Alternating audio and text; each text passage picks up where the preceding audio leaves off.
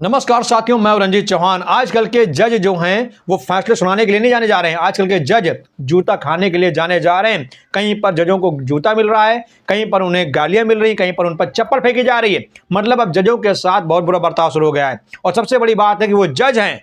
जज चाहे तो क्या से क्या नहीं कर सकता, लेकिन जज आज बोल नहीं पा रहे हैं।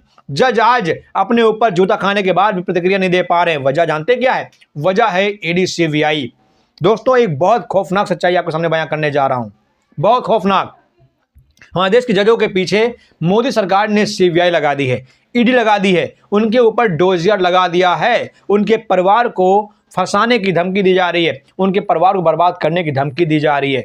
जो जज पैसे से बिक जाता है तो उसके साथ कुछ नहीं किया जाता है। जो जज पद से बिक जाता है उसके साथ कुछ नहीं किया जाता है। लेकिन जो जज न पैसा लेता है न पद की लालसा होती है, उसके पीछे सीबीआई ईडी लगाई जाती है। उसके बाद वो टूट कर बिखर जाता है, क्योंकि हर जज की कोई ना कोई कमजोरी होती है। हर जज मजबूर होता है, हर जज कोई ना कोई गलती कर कर आगे बढ़ता है। उन्हीं गलतियों को, उन्हीं मजबूरियों को, उन्हीं कमजोर नब्ज को पकड़ा जाता है। उसके बाद उनकी जिंदगी बदल दी जाती है। उनकी जिंदगी में उनसे गलत फैसले करवाए जाते हैं, उनसे गलत जजमेंट करवाए जाते हैं। मैं चाहता हूं इस रिपोर्ट को ध्यान सुनिएगा।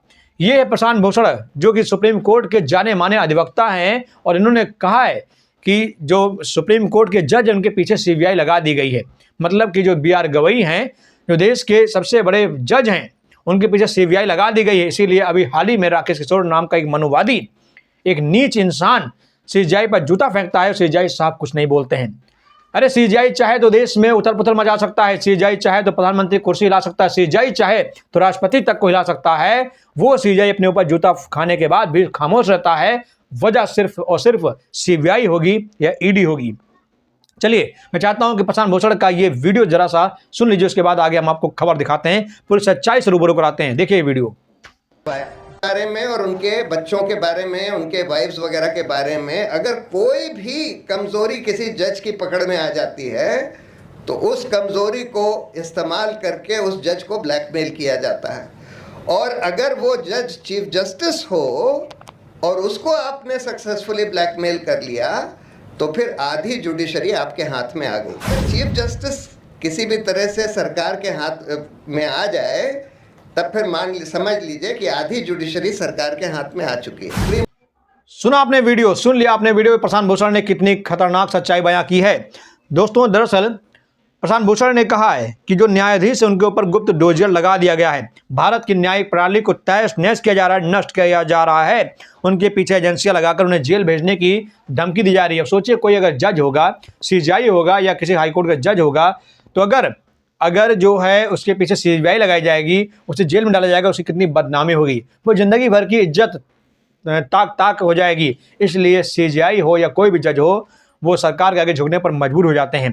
अब देखिए, खबर है कि आईएमसी की ओर से जारी गए एक नोट में कहा गया कि भूषण ने आरोप लगाया कि ईडी और सीबीआई, आईटी वाले, राष्ट्रीय जांच एजेंसी और लोकल पुलिस जैसी तमाम एजेंसियां इस समय डोजर बनाने का काम कर रही हैं। जो मुख्य न्यायाधीश बनने की संभावना रखते हैं उनके पीछे भी एजेंसियां लग जाती हैं। उनके पीछे भी एजेंसियां सरकार की औजार बनकर काम करती हैं। जो मौके पर सीबीआई है उनके पीछे तो डोजर लगाया जाता है।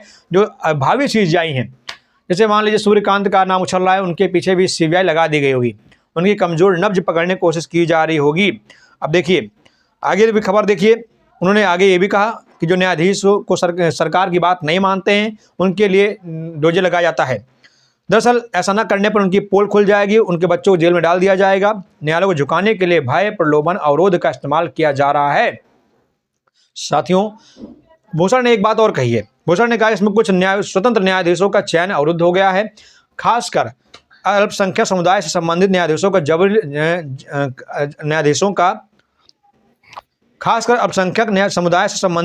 का जबकि कॉलेजियम ने उनकी सिफारिश की थी। दोस्तों, कॉलेजियम ने सिफारिश की थी, लेकिन अब अल्पसंख्यक समुदाय के लोग, मतलब मुसलमान, जज नहीं बन पाएंगे।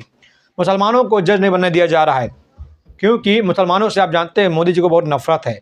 भारतीय मुसलमान से इनको नफरत है, लेकिन अगर तालिबानी कोई होगा तो उसे गले लगा लेंगे। पाकिस्तानी होगा तो उसके यहाँ बिरयानी खाने पहुंच जाएंगे।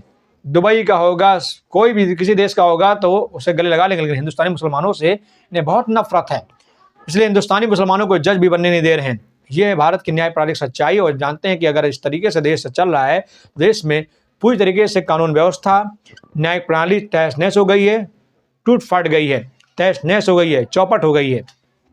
जय हिंद, जय भारत।